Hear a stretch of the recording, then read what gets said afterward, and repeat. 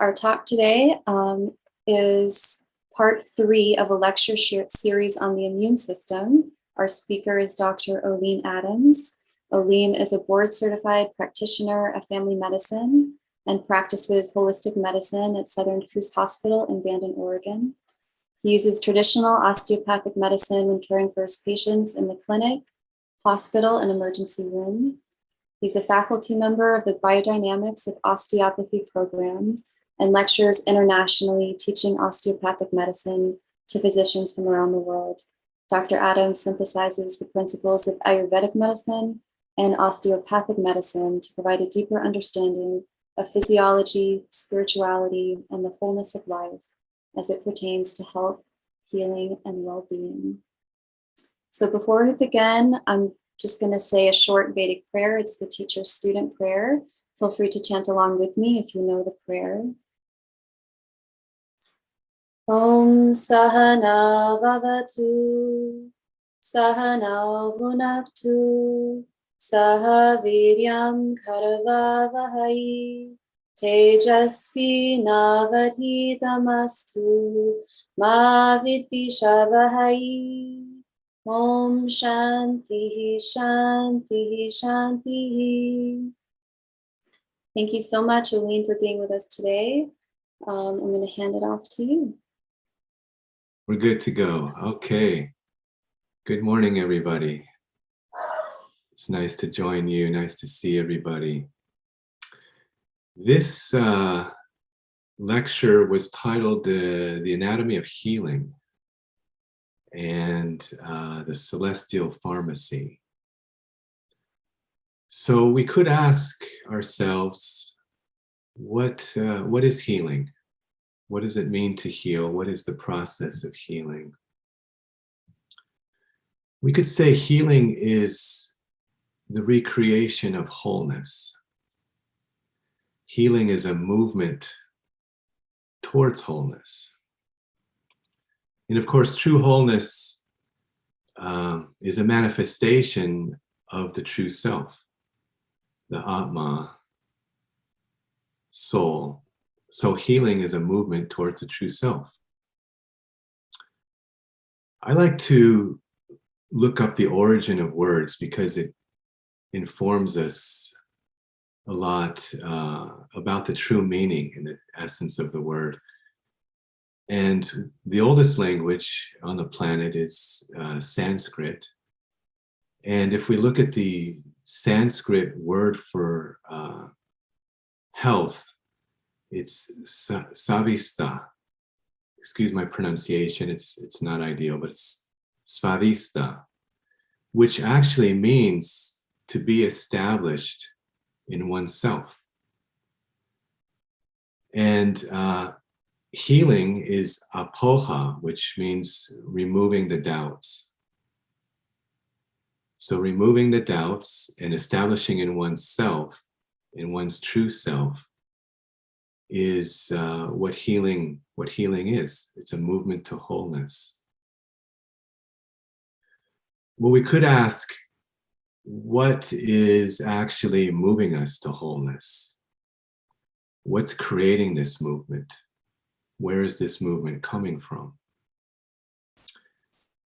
Every spiritual tradition on the planet that I've read talks about this breath of life, prana, or prana Krishna, or Mahaprana, the great prana.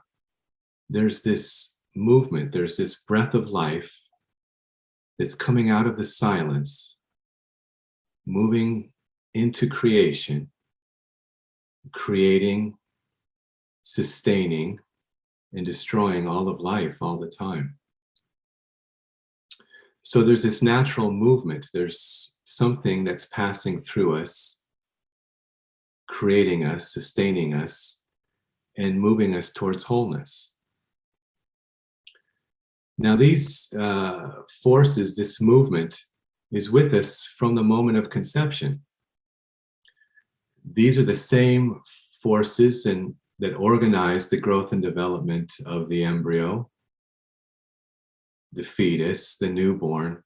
So these forces of growth and development that is coming from the breath of life are with us from conception. And they don't just disappear, they don't just go away. That wouldn't be consistent with life. So once growth and development, once the growth is completed, the forces stay with us and they become the healing forces in our life. They become the energies and the forces and the movement that moves us into wholeness. They're with us all the time. So the job of the doctor then, the job of the physician, is to remove the obstructions that are preventing a natural movement and to synchronize the patient with these motions and these movements of life.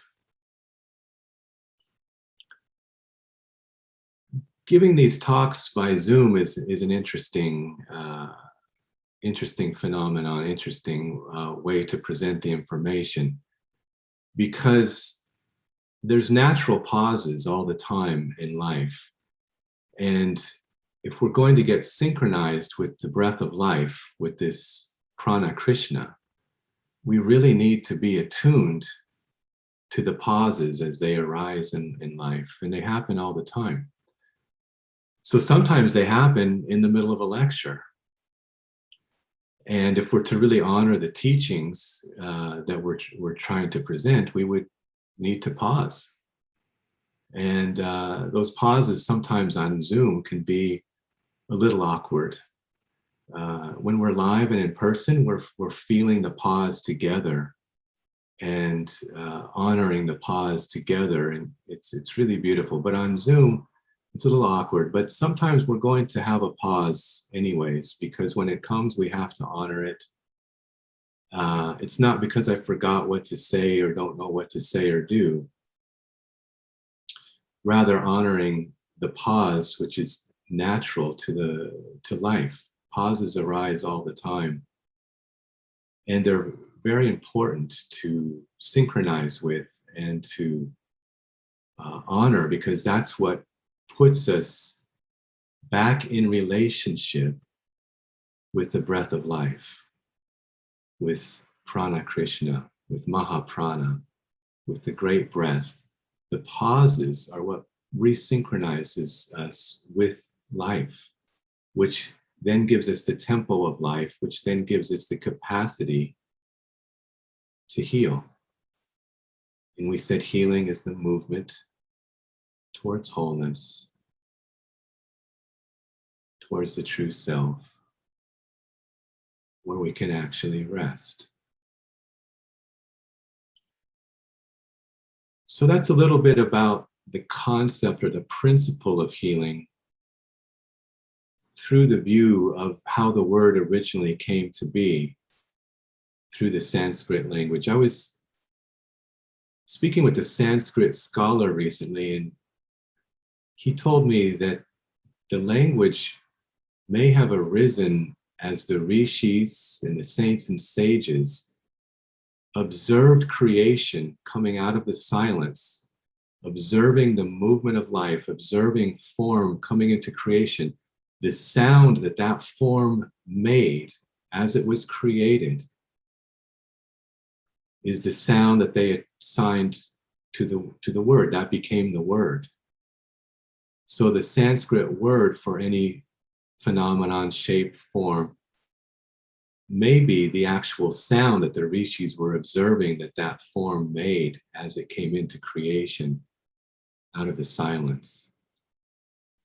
It's really beautiful to think about in that way. So the word is being supported by the breath of life. It's floating on the breath of life, and it's leading us back to its origin. So when we say the word, it brings us into a relationship with the phenomenon, brings us into a deeper understanding, which is why the Sanskrit chants are so powerful, such as the one that Rosa shared this morning. They lead us into a deeper relationship with life and with the prana. So this lecture was titled The Anatomy of Healing. Anatomy is an interesting word that actually causes a lot of trouble. And let me explain what I mean by that. Anatomy in the translation, in the English translation, if you look at Webster's dictionary, it refers to the structure of the human organism, the study of the structure of the human organism.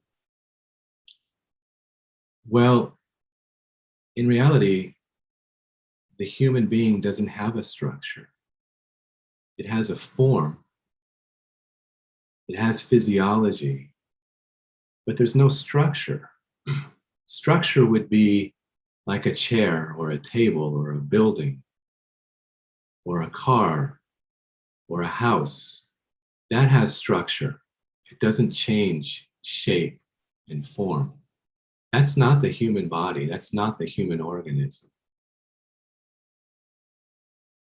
The human organism is a constantly changing form, shape, and physiology. It's always changing in shape and form. And if we think of our body as a rigid form and structure,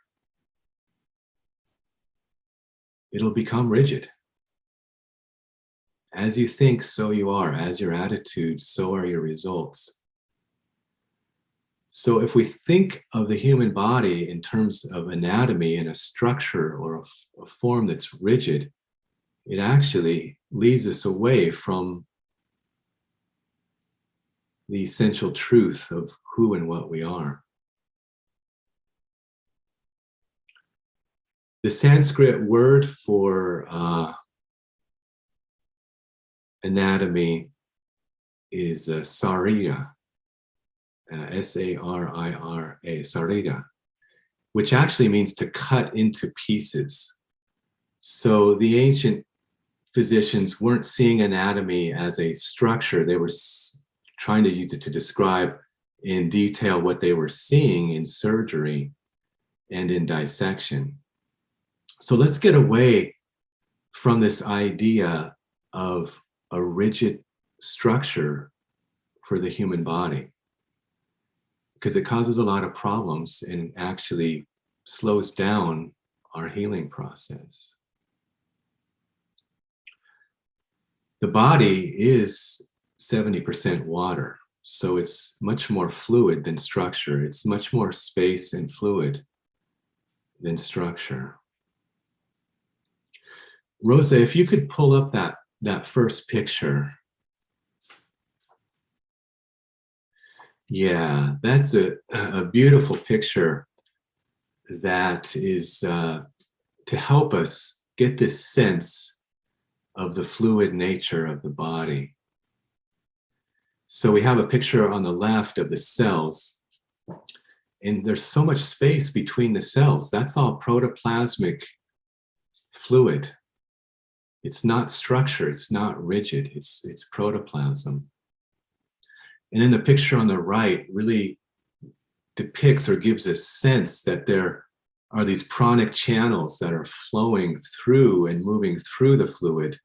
So you have mostly fluid and space, and then the flow of prana flowing through all of that, the flow of oxygen, the movement of the nerve channels. So you have all these channels that are moving through this very fluid-like nature. And it's mostly protoplasm. It's not water. It's more like protoplasm. Protoplasm, in Webster's dictionary, describes it as the first moldable substance that can hold a form. The first moldable substance that can hold a form. So we're mostly a moldable substance that can hold a form. And we're designed for that form to change all the time. We're not made to be a single rigid form. So the breath of life is passing through everything as one substance, and it brings the image of who we are in the moment and imprints that image in the cerebral spinal fluid. We talked about that in previous lectures in the third ventricle, the cave of Brahman. The breath of life passes through, brings an image of who we are in the moment. That image is imprinted into the cerebral spinal fluid and then disseminated throughout the entire organism via the pranic channels, the nadi channels, which there's 76,000, and the nerve channels, the neurotrophic flow. We're a moldable substance, and we're being given our identity, our form, our shape in the present moment, moment to moment, breath to breath. We aren't a rigid structure. This rigidity, this idea of a fixed identity, is part of the disease process. And part of the healing, this movement towards wholeness, requires a fluidity, a movement that's in harmony with the movement of life.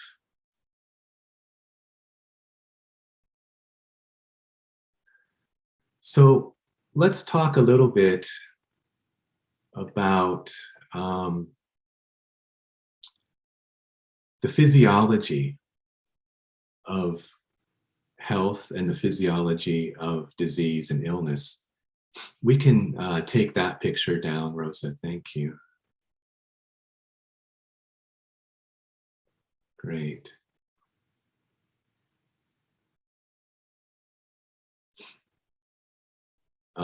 I think you have you, we're zeroed in on you now,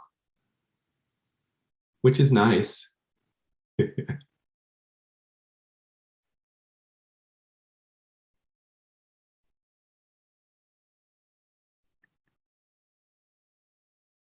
Your picture looked better.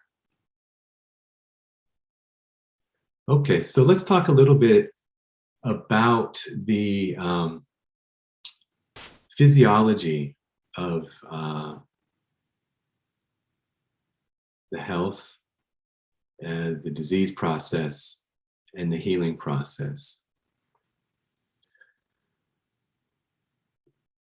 The human organism is a body, a mind, and a soul. It's not just a physical form. So we have this trinity. And you see it in many of the healing arts. And it's a real thing. There's a body, a mind, a soul. There's vata, pitta, kapha.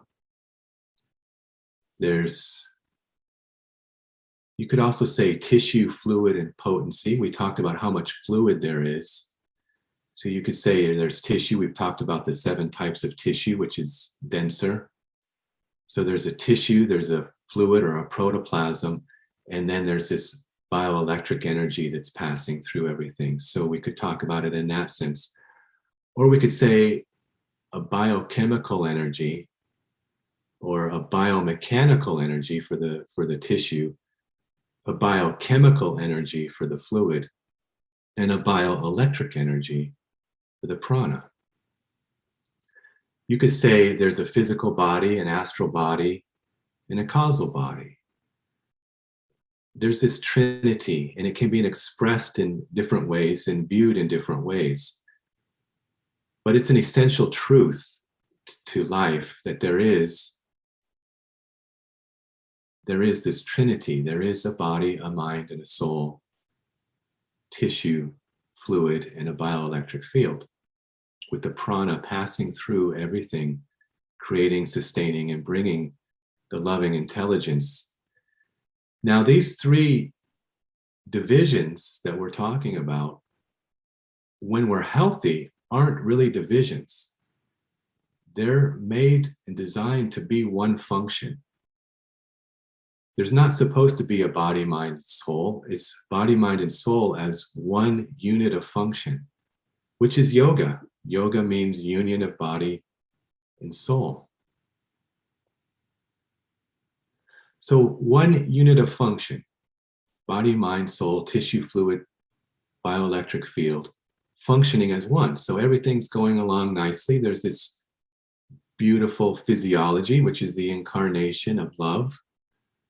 And there's all this physiology happening, metabolism, fire, bioelectric activity, food digested, creating different types of energies.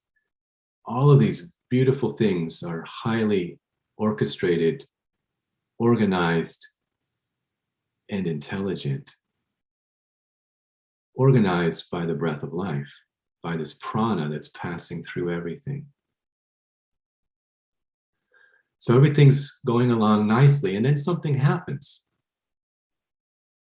Maybe there's a slip and a fall, and you injure your arm, or there's a sudden traumatic event in some type of a psychological or emotional stress, or some bad food is ingested, or a virus gets into the organism and is able to exploit a vulnerability and a weakness. So now we have some type of process that has disrupted the normal physiology and the normal flow of the prana. And what happens is we end up with a lamination. Tissue, fluid, and the bioelectric field separate a little bit. One of the three can completely separate, or two of the three, or all three. There's a lamination that occurs. And the osteopathic physicians, when they put their hands on the body, on the patient, they're sensing for this, they're listening for this, because this is giving us part of our evaluation of what's going on in the patient. Also, the Ayurvedic physicians, when they're listening to the pulses, they're picking up the different information of tissue, fluid, and potency. Are they functioning as a single harmonized unit of function, or are they laminated because of an injury or a disease process, or some type of an insult that has caused a disruption to our normal physiology? So the patient comes in with a complaint, a concern, an injury, an illness, and we put our hands on the patient, and we're actually listening with our hands to the physiology. We're listening for the wholeness of the physiology. And we're sensing and listening to the movement of the prana, the movement of the fluid, the movement of the tissue, for the harmony. And what we find is when there is a disease or an illness or an injury, it will create a pattern in that fluid. If you think back to the picture that we showed that was demonstrated a body of protoplasmic fluid that's ready to receive an image. It's easy to see how an injury would establish a pattern within that fluid. That pattern may be localized to a particular area, say the injury is in the arm or the shoulder. So the patient comes in and says, well, my shoulder hurts, I fell down, or something fell on the shoulder. And we listen to this tissue, fluid, and potency, and we see that there's a disruption. And it's probably a little bigger than where the pain is. It usually is. So it may include the whole arm, may include part of the chest, but it will have a well-defined shape and form within that fluid that we were looking at.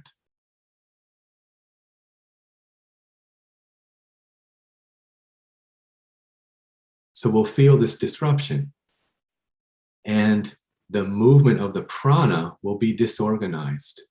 Rather than the harmonious flow and movement, there'll be a disorganized movement. And each disease actually has a signature movement. So if it's pneumonia, if it's a virus, if it's an injury, some of that can be distinguished by the way that the prana, the life force, is moving through that disturbed area. It'll be a reduced flow and an unorganized flow. Sometimes the flow will be sort of a side-to-side vibration, quick, fast, side to side. Often we'll see that in the midline, where we have the Ida, the Pingala, and the Sushumna channel rising up through the central canal. The prana should be flowing harmoniously through there, but if there's a systemic illness or a systemic problem, that prana will be vibrating quickly, side to side, really quickly. And the physician can feel it either through the pulses or by listening to the whole of the fluids that we were talking about. Often the patient feels it in themselves. They'll come in and they say, I just feel this flutter in my center, or I feel this palpitation or funny heartbeat in my chest. These are the abnormal motions of the prana and the abnormal motions of the fluid and the tissues as they've laminated, as they become separate from each other and separate from the wholeness of life. So the healing then would be to restore that wholeness, a movement back towards the original form, the perfect form, a movement back towards the wholeness. How do we do that? By pausing. If you watch a child, when they fall down, they don't jump up right away. Children are very, very in tune with the breath of life. And when they fall down or get an injury, they will stop. They'll just lay there. There'll be a pause. They stop. And they wait. What are they waiting for? They're waiting for the breath of life to pass through them, restoring order, restoring the original form. You'll see it in nature too. I once saw a little gecko lizard got attacked by a cat, and the cat grabbed the lizard and shook the lizard all around, and the tail of the lizard fell off and the lizard escaped. It lost its tail, but that's okay because it's going to grow a new one. And the lizard made its way to safety, and it stopped, and it didn't move. It even stopped breathing. You couldn't see any breath, and it was completely still for about 20 minutes. Complete stillness. And the stillness filled the whole room. I sat and watched this whole process in awe. It filled the whole room. I got completely still.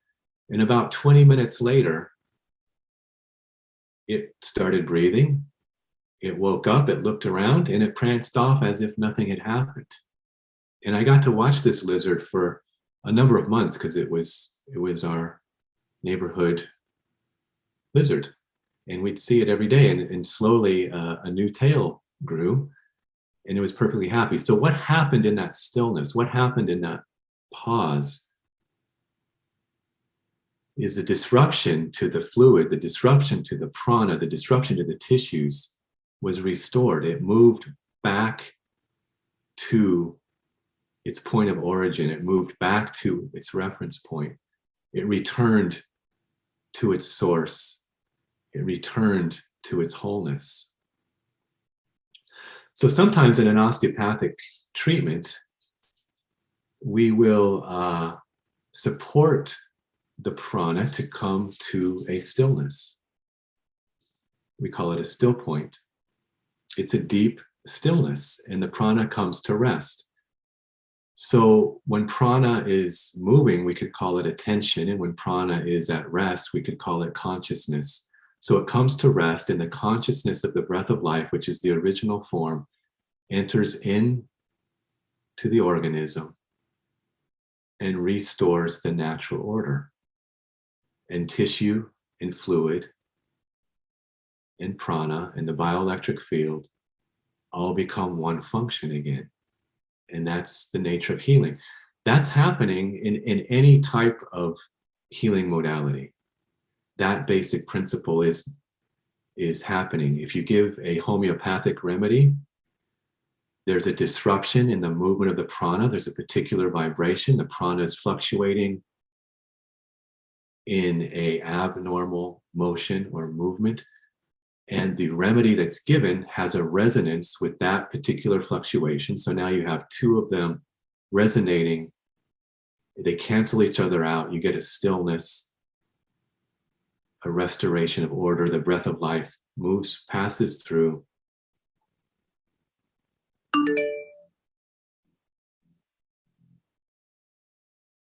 And reestablishes the original form, the imago Dei, the perfect form. This perfection is already within you. So everything that's needed to heal is already within you. The job of the physician is to find that perfection, to find that breath of life, to find that perfect form that's already there. Dr. Still, the founder of osteopathy, said anybody can find disease. The true physician finds the health, finds the perfection.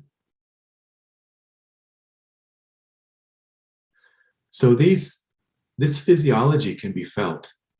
Patients feel it all the time. They feel the changes. They come in reporting these abnormal fluctuations. I feel this little tremble in my center, or I feel like my leg is cold and not moving. And we start a treatment. They feel the warmth come in. We're made to feel this.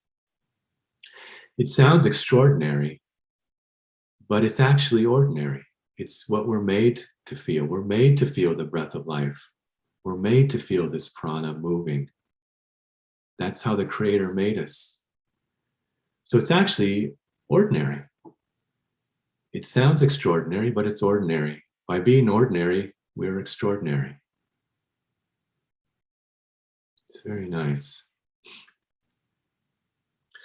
So if you have questions that come up as we're going along, please write them and send them to Rosa, and she will make note. Are we getting any questions coming in, Rosa? Not yet. So please, So everyone, if you questions. Yeah. These talks are sponsored by the Pranada Wellness Center, which is a new initiative of the Kriya Yoga Institute. And the first retreat, the first healing retreat, is going to be in March. There are a couple of openings if you're interested in experiencing, taking this theoretical ideas and experiencing it in your own physiology and your own awareness. We'll be primarily offering osteopathic treatment, Shirodhara treatment, because those two are very complementary to each other. and tridoshic meals, meditation, 3 meditations a day, and some lectures and discussion on health and healing. So part of Pranada Wellness is to empower each person to access their own capacity to heal through knowledge, information, and experience. You have the capacity to heal. These healing forces, these therapeutic forces that we're talking about, I call it the celestial pharmacy, because the prana, the breath of life, is bringing in the moment exactly what each person needs for their healing. There's no 2 treatments in Ayurveda or in osteopathy that are exactly the same. Each treatment is unique. Maybe pull up that, I think it's the 3rd picture that we have for a moment. So that one on the right kind of looks like an osteopathic treatment, except that those therapeutic forces, all those colors, could be coming in anywhere in the body. So this breath of life is passing through everything, creating, sustaining, and destroying. And then during a treatment, it's bringing a therapeutic force, a healing force that will transmutate the stagnation. That's good. We can take that picture down.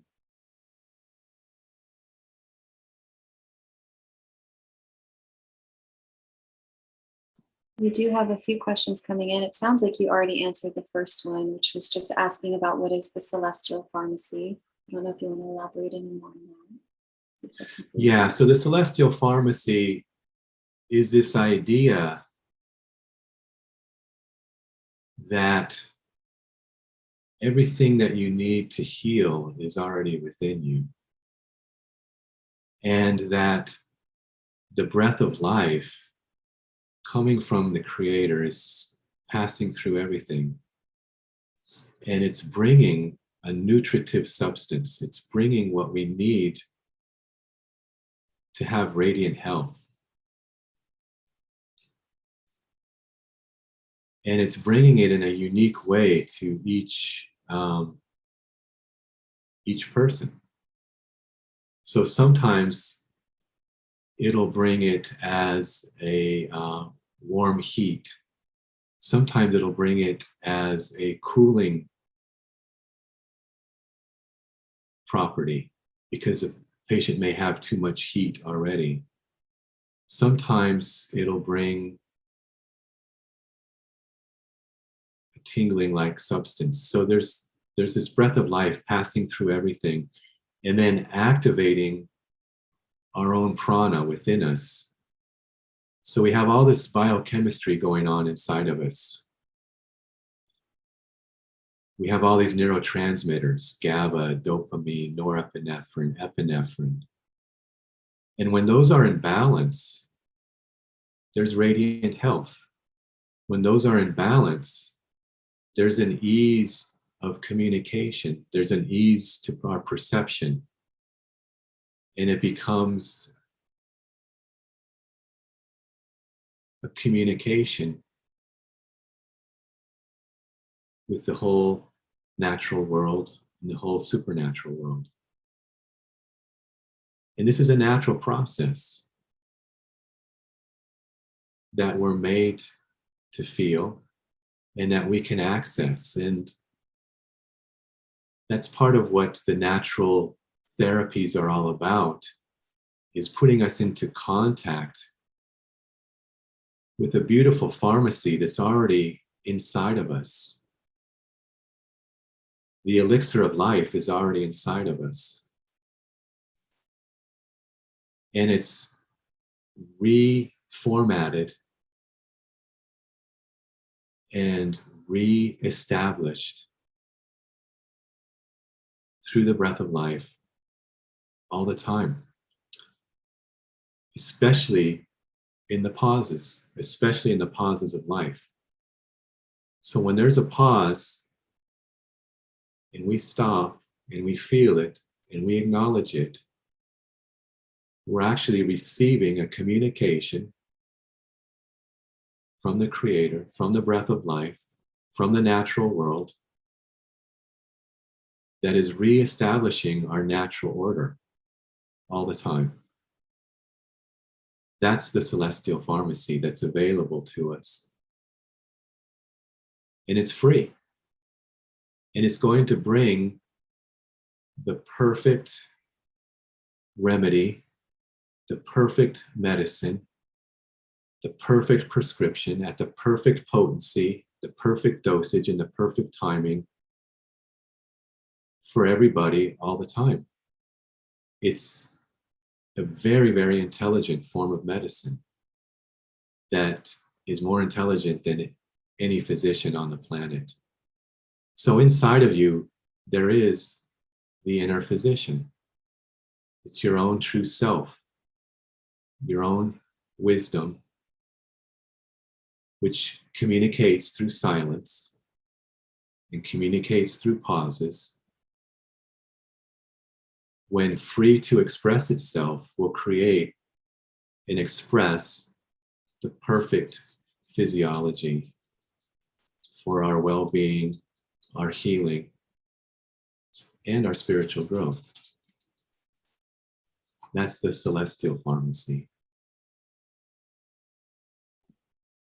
Thank you. We have more questions rolling in. Is it okay to keep reading them? The next question from Erica. Should meditation then, as the ultimate type of pause, suffice to cure anything? Is it just a matter of how long one meditates? That's a beautiful question. And the question shows that the person asking is really in touch with this potential of what the breath of life is bringing us. At the deepest level, yes. The challenge can be to arrive at that level of receptivity. It can be a little challenging because there tends to be just a little bit of willpower in the meditation, a little bit of willpower. And that willpower is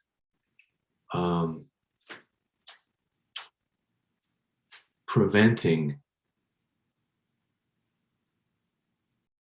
the complete imprint of the perfect form. So the meditation will get us right up to the edge. And then we have to drop it all for the healing to happen.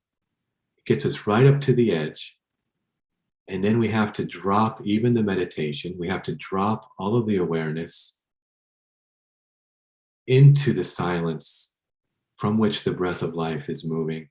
And then the breath of life will move us into that last little place where the healing will happen at the level that I think the questioner is asking.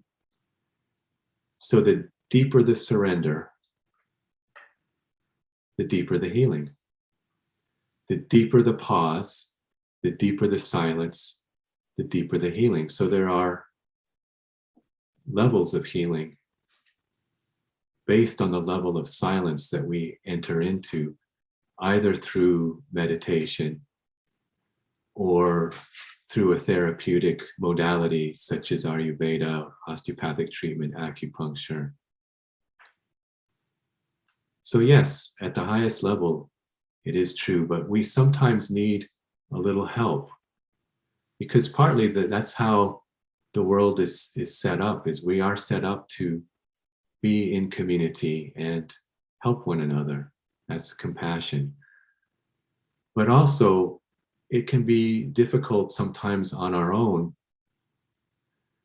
to move into that last little piece of silence where we receive the complete full imprint of the breath of life. So sometimes when somebody is giving a treatment and helping, that will help because the practitioner or the physician is listening to the silence that's inherent inside of you for you. And that listening creates an augmentation of the silence that sometimes we can't quite get to on our own in meditation. Now we have a practitioner who's providing a service of healing, of supporting the healing that's already happening by synchronizing with a beautiful stillness and silence that's inside of the patient. That synchronization creates an augmentation, and that augmentation then begins to fill up through the whole of the patient. And then the healing can go to a deeper level. That's a really good question, really beautiful. Yes. Beautiful answer. Thank you. Next question. They're asking, they're saying when they're next to someone, they can feel energies that aren't calm. I feel that my energy starts to synchronize with theirs. How do I stop this from happening? Accept it. So you're feeling a disruption in their vibration, in the prana, but it's all coming from one source. We have 5 pranas. There's 5 pranas inside of us: pranavayu, udana, samana, apana, vayana, vayanu. And each prana has a specific personality, a specific job, a specific motion, a specific function. But all of those 5 pranas arise from Mahaprana, the breath of life. It's one substance. There's only one substance moving through everything. We're all one. So you're feeling this disruption, and often what happens is you feel this disruption, and then we have an emotional reaction to it, and we say, I don't like that. I don't want to feel that. Well, if you accept it and acknowledge it, and acknowledge that there's also something else there. There's a stillness, there's a silence, and there's a love that's holding even that disruption that you're feeling. You're feeling this lateral movement in the prana. It's moving back and forth. It's usually in the central nervous system, rising up through the central canal. Instead of the prana flowing harmoniously through the Ida, Pingala, and Sushumna, there's this lateral fluctuation. It's vibrating back and forth really quickly. And it feels kind of prickly. It feels kind of hot. It feels kind of uncomfortable. But there's something else that's there too. There's a stillness, there's a silence that's holding that motion. And there's something passing through called the breath of life. That's the oneness that created all of it. So accept it that one, that's what the person needs in the moment to maintain the highest level of organization and health that they can maintain in that moment. So it's an adaptation to keep them alive and keep them healthy. So we accept it and we acknowledge that there's something more. Don't push it away. By pushing it away, it actually makes it stronger. Hear it, feel it, acknowledge it, and acknowledge that there's something more, and that fluctuation, that vibration is connected to the one movement of all of life. That'll help a lot. And it'll help the person find a little bit more peace and calmness in themselves. So you'll actually be providing a service. You'll be helping them in a movement towards wholeness, which is healing. So you'll be supporting their journey in life to healing. Yeah. Nice questions. We have somebody who is asking about the wellness retreat in March, asking if there's going to be anything this fall or winter after the retreat. I don't think we know the answer to that yet. I think we're going to see how the first retreat goes. And I'll be posting a link to that after the talk. After we get through some of these questions, I'll post a link. Again, there are a couple spots left in the wellness retreat. It's going to be March 31st through April 4th at the Temple of Compassion. It's going to be a beautiful experience. So I'll post a link to that soon. The next question for Olixn is from Madhan. And they're asking, if 70% of the body is fluid, then can this holistic healing approach heal someone suffering with acute hip joint arthritis, especially when the person is born with a congenital disability, such as hip dislocation? Yeah, congenital dysplasia of the hip usually will require a surgical intervention. Depends on when it is evaluated or found, when the treatment is started. We never want to put a limitation on the capacity for healing to happen. So usually we'll treat anything 3 times, and sometimes we see some miraculous things happen. But sometimes congenital abnormalities of the joints will require a surgical intervention. And surgery is part of medicine, and sometimes is a necessary part of the healing arts, is to use the scalpel when it's necessary. When I see patients, almost any concern or complaint, we'll give it 3 treatments. And if we're making progress, we'll continue on. If we're not, we'll look at other approaches or other interventions or needs.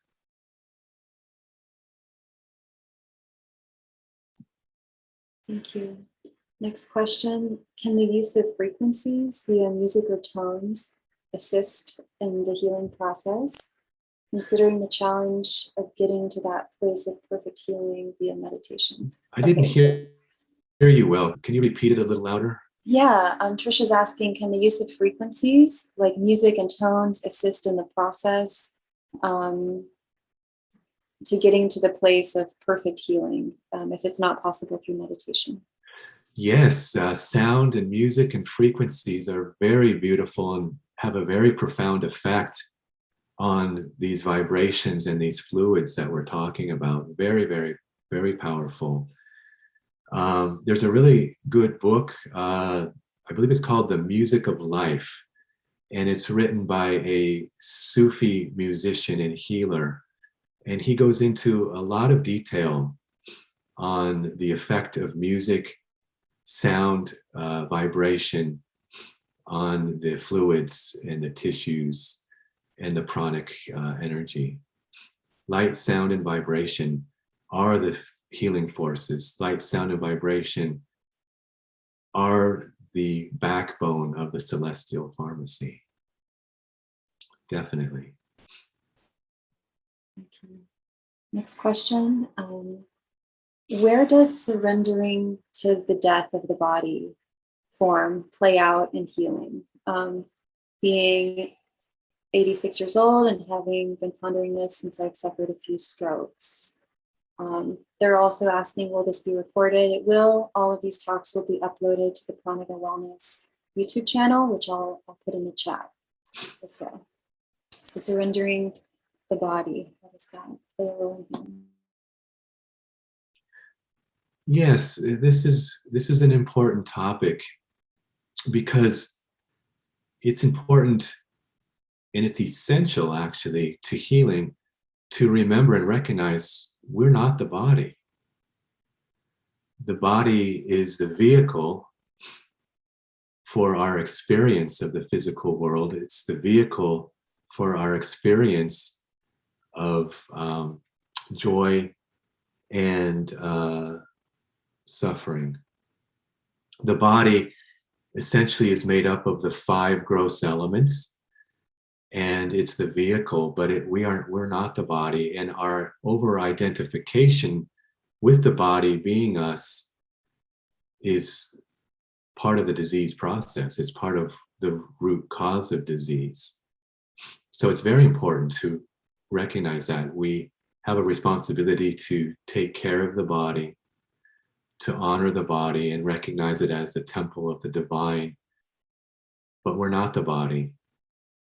And at some point, we'll have the opportunity to leave the body.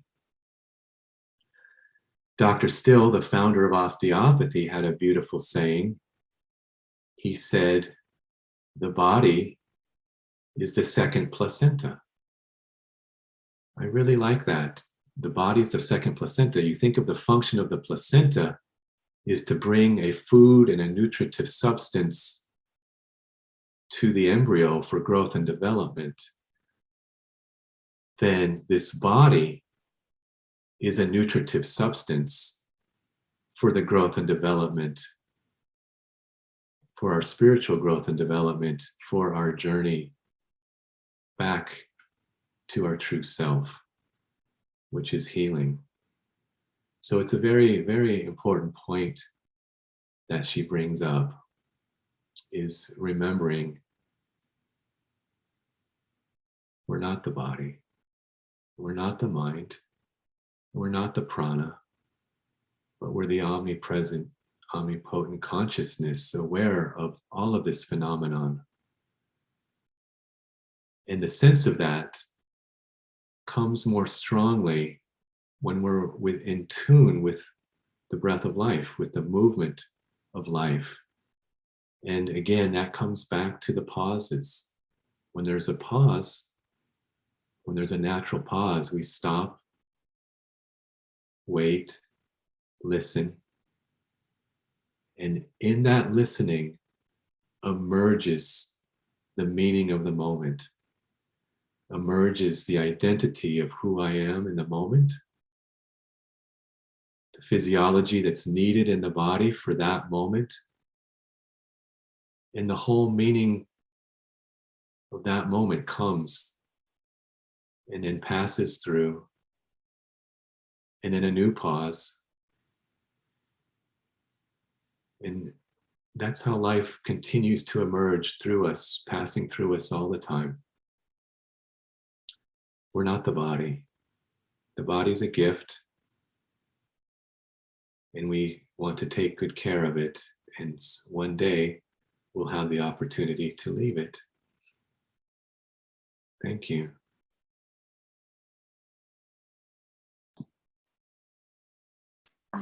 Next is a follow-up question from a question that was asked earlier about feeling other people's energies. Let's see. So how can we maintain a peaceful state when we are surrounded by uncalm energies? How can you maintain a peaceful state? What was the last part? When we are surrounded by uncalm energies. You're always surrounded by the breath of life, which is the calming energy and the source of all. You're always surrounded by that. It's always passing through everything. So whatever frequency or movement of the prana you're experiencing in the moment, accept it, acknowledge it, and ask, what else? What else is there? Because there's something more that's there than what's being perceived in the moment.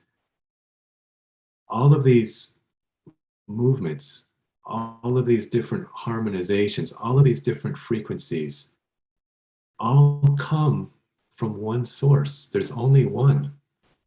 There's only one breath of life. There's only one substance to life. which then creates multiplicity and diversity.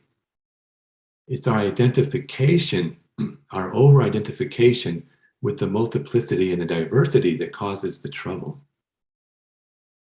Remember, acknowledge, and listen for the oneness that's passing through everything, creating and sustaining all of this multiplicity. It's all one substance. So you're always embraced by the breath of life, by Mahaprana, by Prana Krishna. You're never not. You couldn't breathe, you couldn't move, you couldn't think, you couldn't perceive if it wasn't true, if it wasn't there. If you're breathing, perceiving, thinking, this is an effect of Krishna Prana. This is an effect of Mahaprana, the great prana, the breath of life. So acknowledge that truth, listen for that truth, accept that truth. That's what they call in the spiritual traditions and in spiritual practice and in sadhana, faith. And in the Bhagavad Gita, it tells us, man is made of faith. Whatever faith he has, thus he is. So how much faith do you really have in the breath of life? It's easy to say, yes, I believe there's one substance. Yes, there's a breath of life. If it's so, if you really believe, then it's in everything you're looking at. Everything you're perceiving is divine. It's in your oatmeal, it's in your eggs, it's in your neighbor, it's in your dog, it's in your cat, it's in your wife. It's in you, it's in your breath, it's in your perception, it's everywhere. The movement of life, the breath of life, Mahaprana is passing through everything all the time. If you felt it once, it's enough because it's in an eternal memory. Even if I don't feel it on a particular day, acknowledge it as truth and live as if. Then these other vibrations, frequencies, will give no problem. They're just part of the symphony of life. They're just part of the big music of life. They're all part of the same thing. Sometimes when I work in the emergency room, it's total chaos. People are throwing up, people are sick, people this, that, there's noise, chaos, there's all these different frequencies. But sometimes we feel the breath of life stronger in that environment than in church or a meditation hall, because it's an essential truth. It's the movement of life. It's one substance that creates the multiplicity, diversity. So if you feel these disruptions and they're giving you trouble, just remember, it's all coming from one source, and listen more deeply. Listen to what's passing through and holding, sustaining, and creating all of it. It won't give you any trouble. It's beautiful. It's one substance. Live as if it's one substance. Acknowledge it as one substance. It'll be very easy then to see the divine in your neighbor, to see the health and the perfection in your neighbor, in your spouse, and even in your enemies. Yes, thank you. Thank you. We have a question about sort of about the retreat. They're asking, can chronic foot, ankle, and muscle pain be considered for treatment at the retreat? Chronic what? Foot and muscle pain. Foot, ankle, and muscle pain. Yeah, most pain is a result of a disruption in the flow of the prana and leading to inflammatory process. So it can be the life force is flowing too much or too strong, which then is pushing the pitta, causing heat and inflammation. It can be that the prana is not flowing well enough, so there can be too little flow of prana, or it can be a displaced prana or an abnormal flow of prana. So these are pain, fibromyalgia, chronic pain, arthritis, come back to the imbalance in the flow of the life force, the imbalance in the flow of the prana.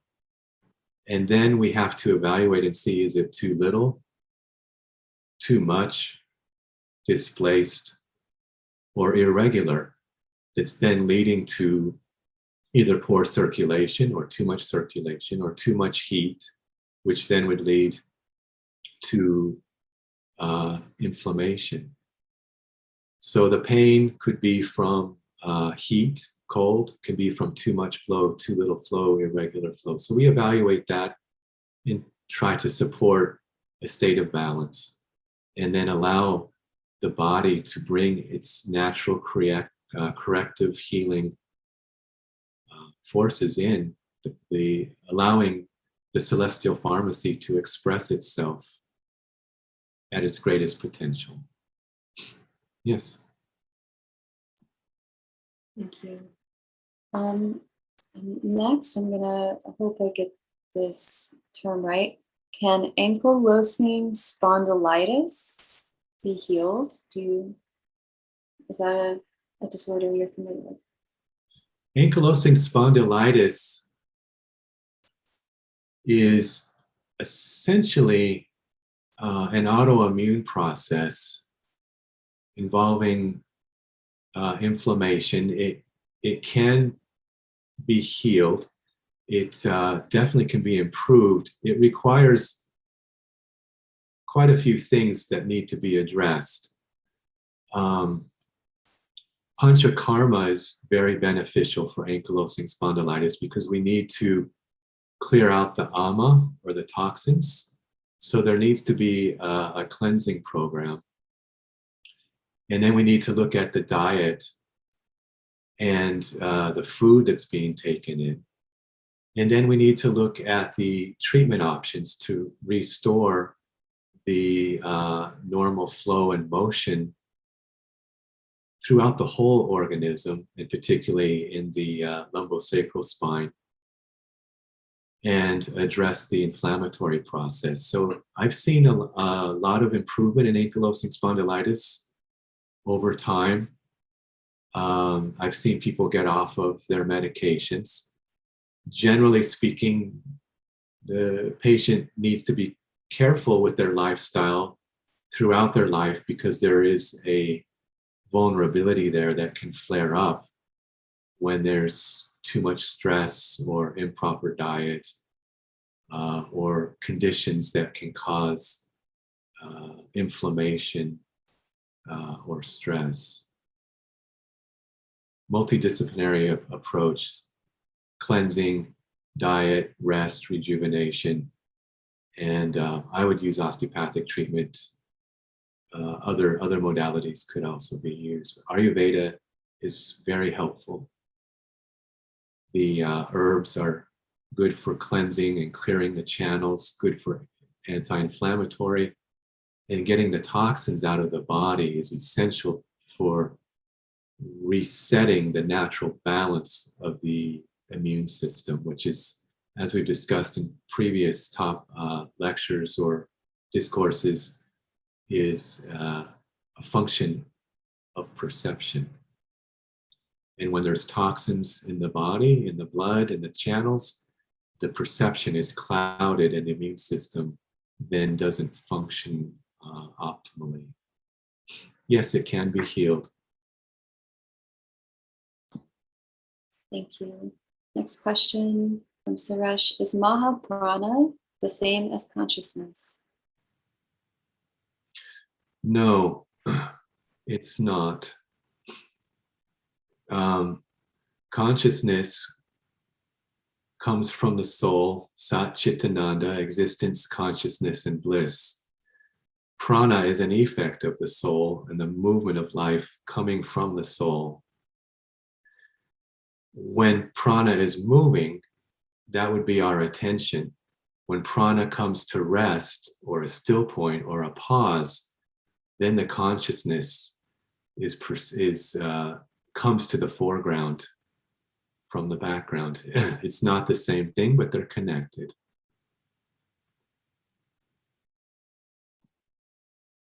Thank you.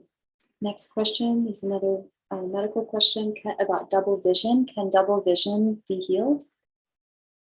Yes, well, we would have to know the cause of the double vision. There's many things that can cause double vision. So again, that's in that case, it's going to come down to the cause. Is it in the lens? Is it in the retina? Is it in the pathways that the prana uses to flow through the nerve channels to the back of the brain into the cerebellum? I would be hesitant to say yes or no. Double vision in some circumstances can be healed depending on the cause. There are some causes that would require a surgical correction to the lens. There are some causes that could be coming from disruption in the back of the brain, in the cerebellum. There are some causes that are a simple disruption of the flow of the prana through the eyes, through the nerve pathways, crossing at the optic chiasm of the pituitary, and then moving into the vision centers in the back of the brain. So sometimes a restoration of the natural balance of the whole of the patient and the whole of the flow of the prana will improve double vision. Sometimes a corrective lens will help, but sometimes there's other organic causes that could be more difficult to treat. Without knowing the cause, more difficult to say. Yes and no. Thank you. It looks like that's the end of our questions. Lots of people just expressing their gratitude for you and how helpful this talk is for them. This might be a good time to talk a little bit about the retreat and what to expect there. I'm going to post a link in the chat now. Anybody who's interested in looking at that can follow that link and read more about it and learn how to sign up. If you want to share anything about that with me. Yes, so it's been a pleasure to spend some time with you and discuss these beautiful topics that comes from a very ancient knowledge and wisdom and perception that is a gift to humanity for the upliftment and wellness of humanity. And sharing this knowledge with each other and amongst ourselves brings deeper understanding to everyone, which brings greater awareness and potential for healing, which is our movement back to the true self. In a sense, you could say the whole of life is a journey of healing. The wellness retreat will be in March, sponsored by Pranada Wellness Center, and it will be putting some of these principles into practical application so that the participants can feel it in their own bodies, experience it in their own awareness, and have more tools and resources available to access their own inner physician, their own inner capacity for healing and wellness. The emphasis of the program is wellness, rest and rejuvenation. And the Shirodhara treatments and the osteopathic treatments are very complementary to support a balance in the nervous system, a balance in the pranic flow and the pranic energy, which on its own will bring about a movement of healing and wholeness, whatever the symptom is. So we're not so focused on particular symptoms, we're more focused on the movement towards wholeness, the movement towards the true self.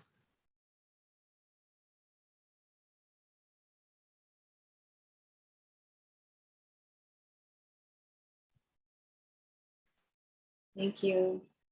If anybody has questions about the retreat, we have a few minutes left. We can answer those. Lots of people just again sharing their gratitude for your work, Olixn, for your generosity and your seva. The gratitude is mutual. thank you to everyone for your interest and your commitment to the well-being of yourself, your family, your loved ones, and humanity.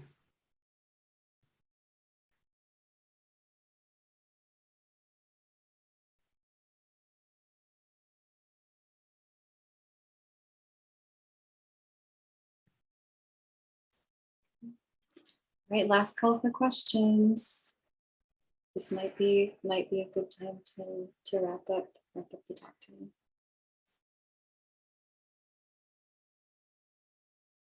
Any closing words?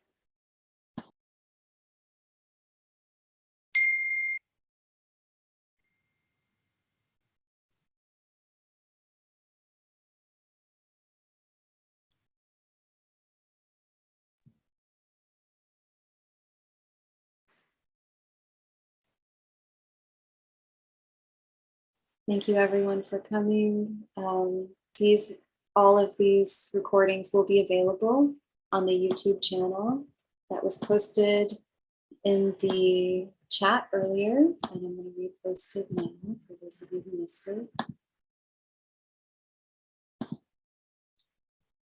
And it's our plan to have more lectures like this from Olixn and other physicians and healers regularly as an offering from the Wellness Center. So please stay tuned for more. And if there's any topics you'd like to hear on, you can send a message to Rosa or an email to Pranada Wellness Center. We'll try to speak to what you're most interested in.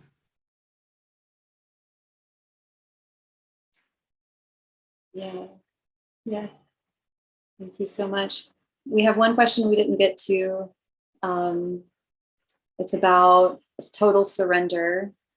If total surrender should result in perfect health, why do Paramahamsas get sick? And this person also wants to know why there is an X in your name.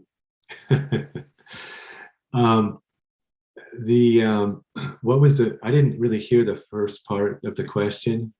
Maybe why do self-realized people get sick, for example, if surrender, if it's all about surrender? It's a big question. We don't have to answer it today.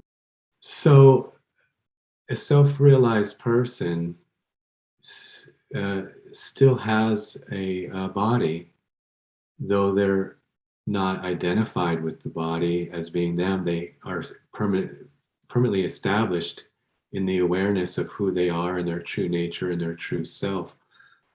But the body still is subject to the laws of the natural world and will be exposed to all the different environments, influences of the natural world, which can cause subtle imbalances. Additionally, sometimes the masters are expressing karmas of their devotees and their students through the body. To speculate on a master is a difficult area to tread on. The reality in which they live is extraordinary, though ordinary. And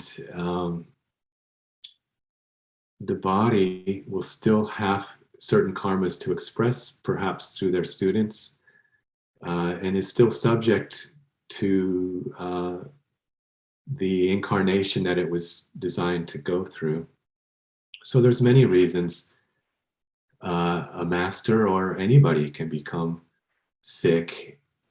And sometimes in ourselves, in a non-realized person, the illness is the fuel to the wholeness. The illness is the fire that moves us into healing, that moves us into the wholeness of life. So illness is essential to life. And in ourselves, it expresses sometimes an imbalance, but it's also the fire that's generating the spiritual journey. Fever is a transmutative process. Fever is a fire that's burning away not only ama and toxins, but burning away perceptions that aren't in alignment with the true nature of who we are and the wholeness of life. So you see people go through illness, and on the other side, they're lighter, they're more aware, they're more in tune with the natural movement of life. Now, to speculate on how a realized master is sick and why is very difficult, because there can be so many reasons.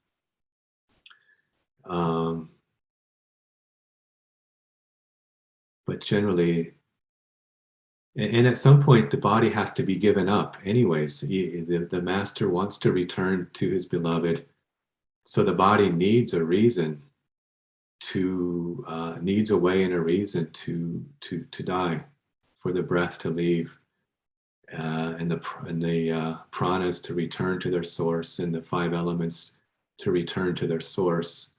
There needs to be a doorway for that to happen. They don't want to be here forever. Many reasons that can be. I would be cautious in offering too much speculation on the nature of a realized master.